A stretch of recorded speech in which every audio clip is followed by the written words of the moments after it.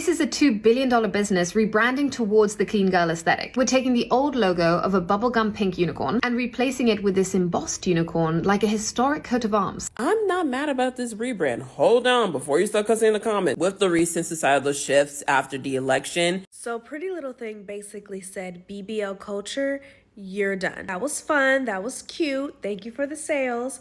But now we're going back. Due to absolutely zero demand, PrettyLittleThing have rebranded. It says legacy in progress. So let's take a look at their legacy. Starting off with exploitation, lying about sustainability factories, so much design theft. You already know what I'm gonna say. I'm way too excited for this video. Just let me be extra, okay? Hey Visionaries, it's A back on your screen with another one. Hope you're all well. As you can tell from the title, skirt, skirt, rewind. This is an authentic podcast, so let's double up on the intros. You're listening to the Auntetic With Alisha Pod. I'm your host, you can call me A for short. This episode is inspired by PrettyLittleThing. PLT played themselves. I've been seeing for the last week in these TikTok streets that everyone is over the rebrand. But wait, where are we supposed to get our vacation fits from now? I'm getting ready to go on a trip and I was looking for places to shop at. And to my surprise, I'm not the only one who's having a hard time. Can all the millennials come up to the front? Because I know I'm not the only one who had a moment with PLT. Between the years of 2016 and 2018, that used to be my gem. If I wanted a festival fit, a vacation vibes, or an evening outfit that was gonna hit, PrettyLittleThing for a pretty little coin, if I do say so. Once you add the duties, the taxes, the shipping, foo-la-la, it ends up being around the same price as say H&M or Zara. But unfortunately here in the Six, shout out to those of you who also live in Toronto, we don't have that many options. It was actually quite expensive for the quality. And now that I think about it, I've donated most of my pieces. I was reminiscing on the good old days back when you could buy a top that you knew you were gonna wear 1 or 2 times and probably only between the hours of 11 and 2. From BBL fashion to quiet luxury. What was once considered the most popular fast fashion brand in the UK has now ditched their bodysuits for trench coats. But why? The rebrand is marketed to be high-end, selling elevated fashion essentials to every kind of it girl. But this doesn't seem very promising, with their clothes still being made of 100% polyester. The PrettyLittleThing rebrand is pure comedy because they're changing the logo, they're changing the font, they're changing the clothes they're selling, everything but the polyester in the clothing. As I always like to say, what we see on social media can be just that, something we see, we swipe, we scroll past, or it can be something that we put into motion to help us on our journey to be better every single day. As per usual, what we like to do is share some keys to help you with authenticity. Today we've got 3. The first is trends trail off. The second is, does art imitate life or does life imitate art? And lastly, put your money where your mood is. Starting off with trends trail off. I know a lot of us are upset. We don't want to see the shift. PrettyLittleThing used to be that bright white pink site you'd go on. You'd get your 20% off every other week, and trust me, I was not shopping there unless it was at least 20% off to offset all those charges I told you about. After about 2018, I shifted over to JLux label. I was already on Mesh Key, Sabo skirt. I've always wanted to get into House of CB, but now I'm giving them the side eye, and you'll see why shortly. PLT have had a rebrand, and they've gone for the milkmaid aesthetic, similar to what House of CB are currently going through. A lot of these fast fashion brands, some of which I've never shopped at yet, like Princess Polly, Oh Polly, Fashion Nova, and Shein. I know, surprise, surprise, I'm the last person on the planet that hasn't shopped Shein, but is PLT any much better? Really? Can someone who's bought both let me know? And Zaful? I have been tempted, but I have never pressed purchase. If you're a millennial like me, fast fashion is part of your youth. I mean, we're still young, but let the Gen Zs have their shine in peace, please. I hate to see when millennials hate on Gen Zs the way X's hated on us. It's not just the neon colors or the girls wearing the cutouts where it doesn't even make sense, or the different textures, feathers with leather and shiny and sequins with denim. It was just a lot going on. Companies, especially fast fashion, are gonna go in the direction of what people want. In fact, I feel like fast fashion follows. Say that 3 times fast. If you want like a really good quality piece, a statement that's gonna really speak and last the test of time, and also that washing cycle, everything cycles. And especially when it comes to the economy, you can see how one thing impacts another thing. Shows you how closely aligned the hemline is. There's even a term for it. They call it like the hemline effect, similar to the lipstick effect, both of which refer to women's spending habits and dressing habits in time of recession. No one wants to talk about it, but let's be real. Look at the political environment. But as a northern neighbor to what's going on in the States, I see, and I don't see that well, but I see that there's a lot going on. And I don't know whether or not it's a matter of the politicians politicking and it playing a role on what we perceive and what we want to achieve in our lives, or if it's more so what we've desired coming to fruition. Either way, what I can certainly say is when it comes to the trends of colors and what I like to call the mutology and the demurring of everything, where now we're seeing faded. I mean, I clicked and chose only colors and I still got this. When we look at trends, it transcends more than just the fabric. It's the feeling. It's the era that we're in and the desire for so many of us to get grounded in something that feels more tangible or real. After all, we're living in a time where there's so much uncertainty and so much inequity. Having neon colors and going out to the random theme party doesn't really seem like a priority. Epitome of capsule closets and the desire for the versatile wardrobe and for people to have the day to night outfit. Let me know where you live, but Toronto is such a city of work till you drop and then drink till you drop to go back to work again. It's kind of sad to see that this is what the city is at this age, because I thought I would enjoy it the most now that I'm grown. But whenever I go out, I realize a lot of us are on the clock, either talking about our jobs, talking about not affording our apartments because of our jobs, or a lot of women are complaining about their boyfriends or husbands. I never got that. Like, why go out, spend money to have a nice dinner and drinks, and then complain about the man then with your girl? I don't.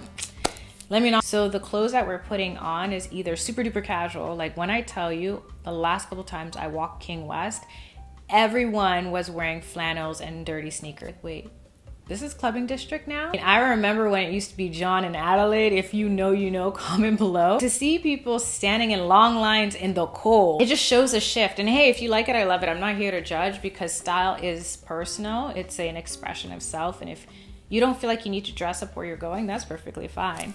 I just think it's a sign of the times. Back in my day, I stayed, wow, that makes me sound really old. I stayed in stilettos. You used to get the bodycon dress, make sure your hair was did, knowing that you're gonna sweat it out by the end of the day because you're gonna have fun. The biggest thing is priorities. And I've always said, if you wanna get to know someone, get to know their core values because it's a direct correlation and alignment to who they are. When it comes to authenticity, you can never go wrong when you define yourself or get to know someone else based off of their core values. These are the things that don't really change that much over time. Unlike that pretty little thing dress you might throw in the washing machine. Everyone is disgusted, clutching their pearls, knickers in the twist. You call that a rebrand? Ladies and gentlemen, what were you expecting? What, Pretty Little Thing's gonna go away and come back as Gucci? Moving on to number 2, does life imitate art or does art imitate life? And here's the part where I flip it to you. What do you think? I'm not quite sure this one, but I know as far as authenticity goes, so many things are a revolution. And when I think about the evolution of fast fashion, it's almost like a canary in a cave where we see something and then we see a replica of it on one of these websites. I mean, to the point where they've literally ripped off overnight some really talented creators. We've seen the scandals back in the day. I don't need to go over them. Then it dawned on me, what if it's been the other way around and we've been buying into what's been sold to us? Like maybe, for example, a JLux label or Fashion Nova is creating things that they think will sell, especially with a boutique that maybe has less pieces or tries to sell to a more upscale clientele. What if it's because they're seeing that on social media or on TV or wherever we consume things, there is more of a draw to that off-the-shoulder top or to that print or to that texture. And they're giving us what they see the algorithm has already ate up. That still begs the question, the chicken or the egg? Where's my other earring? It's not just about fashion and style. That is just the light, superficial starting point for this topic. When you delve deeper, we realize that so many things in life are sold to us in different industries from different companies. And it's up to us to decide if we want to internalize that. I've noticed when I bring my Prada bag out shopping, I get way better customer service than when I bring my Kate Spade. And it shouldn't be that way. I'm the same person. Again, stories for another day. But I say that to say that There's something to be said on a psychological level for how we are consuming so much content more than ever before. And it's imploring us to look deeper in ourselves to see how we identify, align, and sometimes need to detach from the things that are being sold to us. We are not the things we buy. We are not the things we wear. We're not the places we visit. The same way a fast fashion company can flip and switch on us, we can decide we don't need to stay the course. If something we're doing is not serving us anymore, we can decide to shift, sidestep, or even backpedal to reroute to find our way. Authenticity is not stagnant. You can apply that metaphor for anything in your life. I just love subjects like this because you take something so simple and you realize how many levels there are. The mutification of all of the brights, the things that we once loved about this brand, really speaks to the current situation and state of society. It's not just the trends of the neons becoming more neutrals, and I love me a good neutral. I was like, wait a minute, I haven't seen a Freakum dress in real life, so why would they be selling them online if you're not seeing them outside? We have the content creators that are selling prairie core. To me, gives more plantation tees, and my ancestry says, no, not for me. PLT is not your modesty savior. Just because they swapped cutouts for beige basics doesn't mean they suddenly understand modest fashion.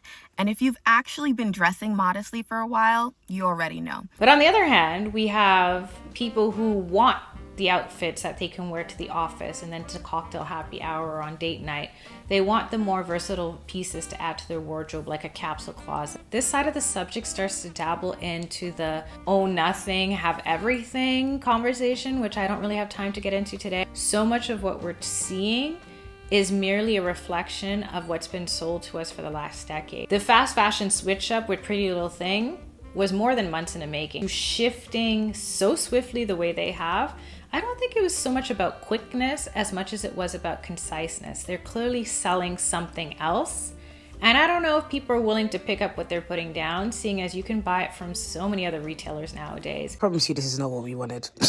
This is not what... All I see are browns, creams, long skirt, baggy foot. I don't know if it's a matter of us wanting what we're seeing or creating that demand, or if it's something that has been pushed through pop culture and social media. That's why when I think about this, it's so much more than just what we put on. It's what we perceive about ourselves in the world. The idea of individualism not being so individual anymore, and this idea to adhere to what is right, what is just, what is permissible, what is presentable. I'm not ignoring that with fast fashion, there comes a myriad of problems. The whole industry is a mess. As much as we try on clothes, we also try on different aspects of who we are. As we get older, we develop a different sense of ourselves, and maybe PLT is growing with the generation that they used to target, or maybe it's growing out of that, which perfectly leads into the last message today, which is put your money where your mood is. Moods change pretty often, but how often do we allow our emotions to evoke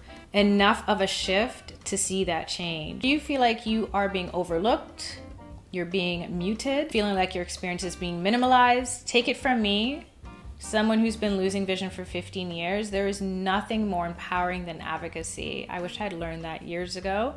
So if I could impart anything to you, know that your story, your existence, you being you is your best power. No one knows your lived experience like you. No one knows why it's important for you to see yourself represented in the makeup products that you buy, or the car that you drive, or the place that you live in. If you don't feel like you are valued or listened to or respected, shop somewhere else. It's so easy to get on social media and do the tickety talk, but it says so much more to spend consciously. Unfortunately, a lot of companies don't care. They don't care about you. They don't know you. They just know you as the customer who placed order 16742.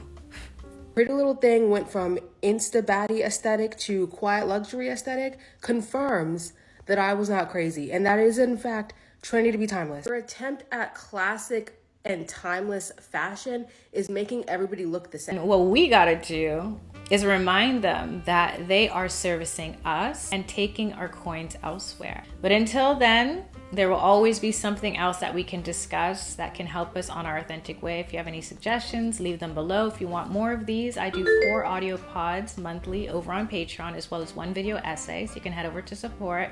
Thank you so much for making it to the end of this video. And until next time, stay blessed, stay authentic.